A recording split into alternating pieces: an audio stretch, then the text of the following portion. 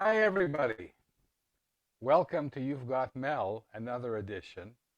I'm actually 1 minute early today, so I will just give a background. Um, I'm speaking every day at 4 p.m. Tel Aviv time from Sunday to Thursday, talking about various aspects of what I learned during my life, trying to get things in order, share some of my messages with younger people, and in the process, trying to write my book, my book for young adults on what I think are the important things in life, and looking back in my career, the times I got it right and the many times I got it wrong. So everything I say is just my opinion. You're free to take it, leave it, argue with me, discuss, ask to be a guest on the show. I'm looking for people to interview, of course, and we can talk about so many different things, and I have a lot of things to talk about. But this week, I'm talking about the three pillars, which I think are key to having a wonderful, successful, and fruitful life.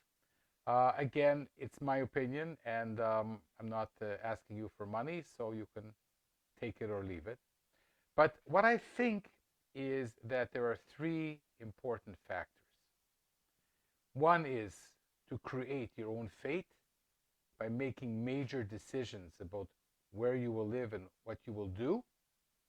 The second of these would be to recruit your demons, not only to find them, acknowledge them, tame them, stare them down, but also to get them to work together for you the same way that Winston Churchill did when he used his lisp and became one of the greatest oral orators that ever lived. And the third, and perhaps most important, is the one that we will talk about today. Not at length because I could go on and on. I feel so strongly about it. And that is developing, acquiring, and learning not only the regular skills, the ordinary skills, the common skills, but also the exceptional ones, the unanticipated ones. And this is what paves the way for people to become more amazing and greater than they would otherwise be. So let's talk about college for a minute. You know, you go to college and you study chemistry as I did. So you take organic chemistry and inorganic chemistry and analytical chemistry and veterinary chemistry and all kinds of chemistry, and you take math 101 and then math 102. And let's see, you also have to take physics, and then you have to take waves, and you get your degree in chemistry. Sometimes you might take a course in biochemistry, some kind of specialized courses in chemistry. And most people, at least most people that I know, think that the way to excel in life is to take all these standard courses and to do very well at them, to learn what the teacher is teaching you, to read very carefully, to learn off by heart, to get good marks in the exams, and then to become a good chemist or whatever. But what I've learned in my life is that it's really not like that, at least for me and for Winston Churchill and for Steve Jobs. It wasn't. It was about acquiring all the skills you can, learning whatever you can, but especially the ones you don't anticipate, you don't consider important for your career. These ones are liable to become the most important ones for building you as a human being, and yes, also your career, the ones you don't expect. So how can you acquire skills that you don't expect? So first of all, what I tell young people about going to university is it's not about taking the courses that you know you should take. It's not about learning what you know that you should know. And it's not even about learning what you don't know that you should know. It's about learning what you don't know that you don't even know. This happened to me back in high school. I was 13 years old, 4 years older than Steve Jobs. Remind me to tell you about Steve Jobs. I'll tell you now. You know his famous story of dropping out of Reed College and then looking at all the posters around campus with his fancy calligraphy and deciding that he would take a course on calligraphy.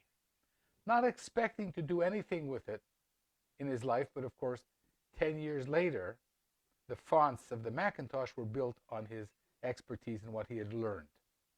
So that's a good example of learning something unexpected and unanticipated, but it was something that Steve Jobs was interested in. So, Steve, if you were with us, and in some sense you are with us all over the place, I'm going to challenge you to think in an even weirder fashion. What about acquiring skills that you don't even know are out there to be acquired, that you would never even consider? So this happened to me in grade 9 at Hillcrest High School in Ottawa in 1965. In my talks, I'm going to keep going back to Ottawa because that's where I grew up. And here I am in grade 9, taking many regular courses and a few strange courses like woodwork that I thought might be important. And then something incredible happened. Mrs. Bozilov, who I think taught French, walked into our grade 9 class and said, "Students, I have a question for you. Would any of you like to study Russian?" Russian? Russian. Are there any students here who would like to study Russian next year? I want to open a course for students who learn Russian. Hey, but isn't that the language that the Soviet Union speaks? Our enemies? The ones that have all these ICBMs aimed at Ottawa, seeking to destroy us? The same people that won't let the Jews out. Every Sunday we go to the Soviet embassy with our placards, "Let my people go." And you want to teach us Russian? I don't even know anybody who speaks Russian. Worse than that, I don't know anybody who knows anybody who speaks Russian. And hey, Mrs. Bozilov, doesn't it have a special alphabet? Oh yeah, it does. It has an alphabet where the C's are S's, the T's are M's, the P's are R's, the N's are P's. What, we have to learn a new alphabet? Yeah, you have to learn the Cyrillic alphabet if you want to learn Russian. And I'm sitting there thinking to myself, why not? Of all the crazy things, why not learn Russian? I mean, I was learning Latin, French, what else? Physics, math, and so on. Why not learn Russian?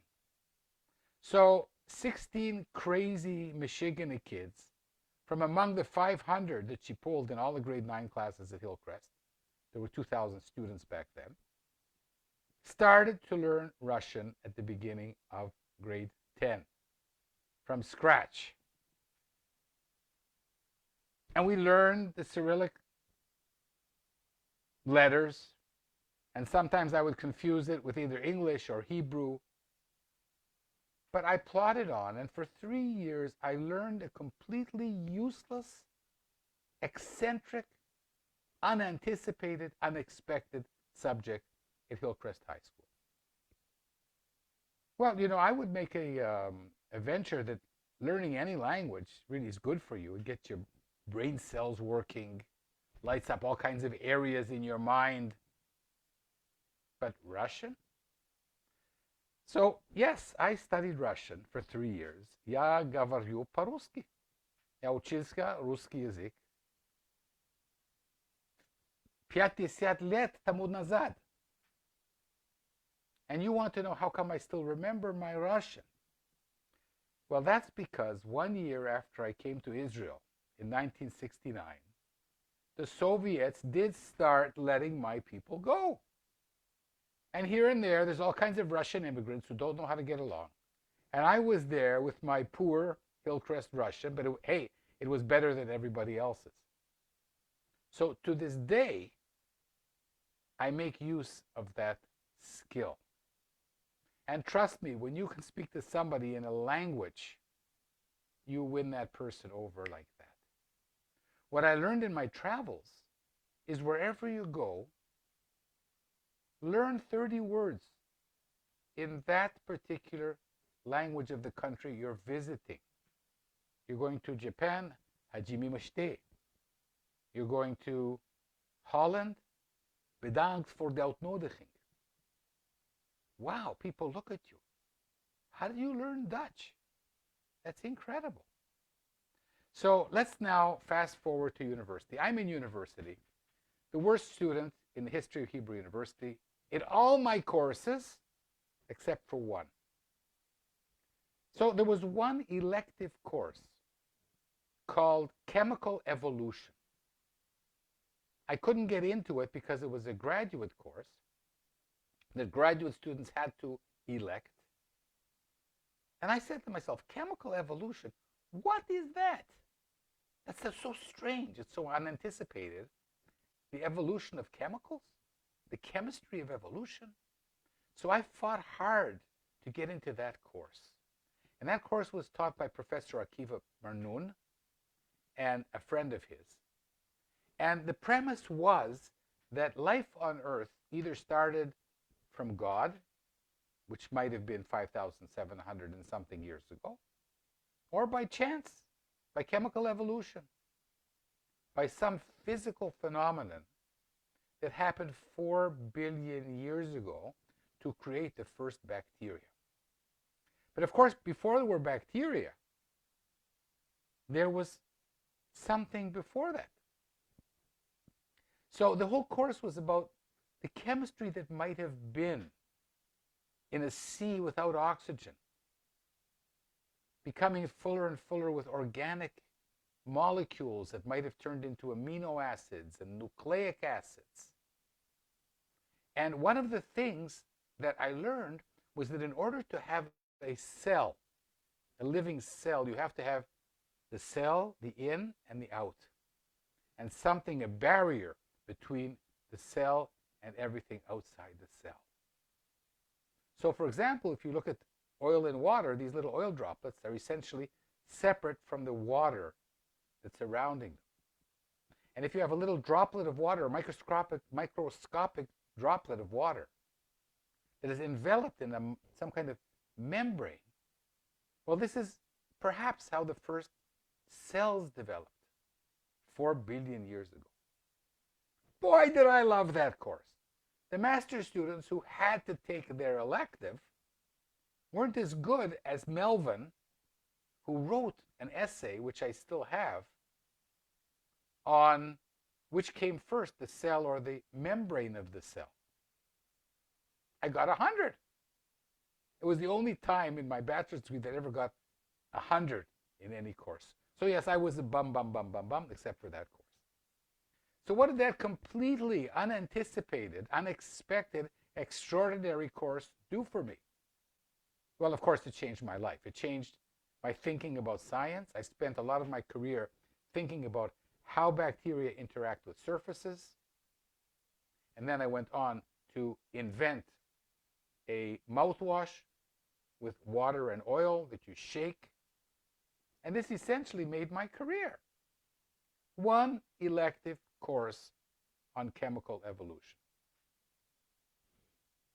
I took 2 other courses later on during my master's at Tel Aviv that changed my life. One was a course in jazz. I could take some electives. It said that I was allowed to take some electives. It didn't say which electives. So I took a course in jazz with Professor Tzvi Keren. Wonderful jazz teacher.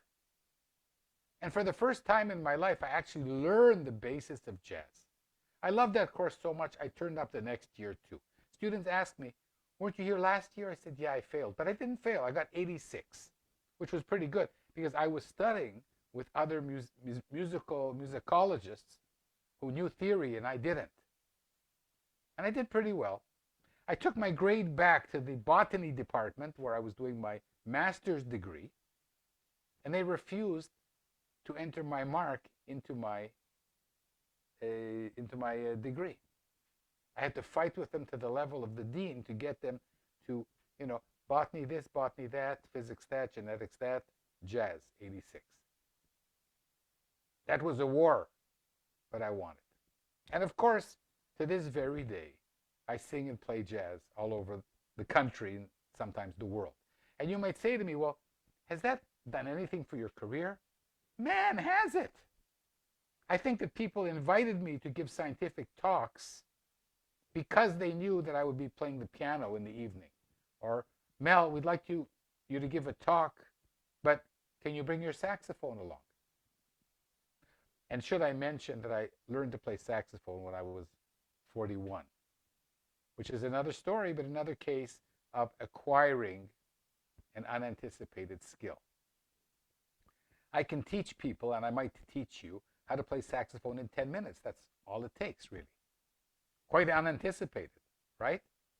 But now I'm going backwards to my master's degree. So I had this course in jazz, and I took another course.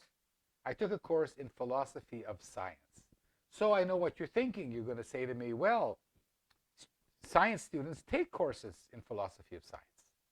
And I would say, yes, they do, but they take it with other science students. So I went out of the way to register for a course in philosophy of science where among the 150 students in the course, I was the only science major. And again, it was an undergraduate course. I was a graduate student. I had to fight to be in this course. But this course changed my life. It was with Professor Joseph Agassi, who had been a postdoc of Karl Popper, who taught scientists that they must doubt everything and accept nothing at face value. Wow. Boy, did that change my life. So I'm just now sharing with you several of the instances in which I took the unanticipated courses. So my lesson to young people is while you're acing your Economics 101 and your organic chemistry, keep in mind that everybody else is studying the same thing. But if you take a course in the history of witches, you'll have something special in your tool set that they don't have. If you learn an additional language, or a musical instrument, or to sing, or to weave baskets, this is going to make you a special person among everybody else who's acquiring the same skills. So fast forward 40 years till today. I was a professor of microbiology. The only thing I will not teach today, I shouldn't say never, but I'm not teaching and I haven't taught for a decade, is microbiology. Because any microbiologist can teach microbiology. But rather at Tel Aviv University, I'm teaching 2 academic courses on popular music. What is the benefit to a science student to study a course in popular music? Well, there's many benefits I'm not going to tell you right now. But I'm teaching now 200 students every semester how to appreciate popular music and how to live their life a little differently. The other course which I teach now at Shenkar College is the evolution of the DNA of success course I told you about before, and I will go back to that. And in that course at Shenkar, together with Dr. Alon Amit and Chagai Cohen, we ask students to confront their demons. We ask them to create a fate, to change something about their lives. And during this course, we also teach them unexpected things about the world. If you have any questions, any subjects you'd like me to discuss on You've Got Mel, I'm full of energy, and all I want to do now is to share and to hear from you. So please do not be shy. I cannot see you, but I know you're out there somewhere. This talk is going to go onto Facebook and onto YouTube, and I'm writing an ebook about everything I talk about. And of course, Our Books is a beneficiary of everything I'm doing these days. So ladies and gentlemen, and everybody else, thank you for being on You've Got Mel. Have a wonderful weekend, and I will see you probably on Sunday with a new but somehow related subject. Thank you.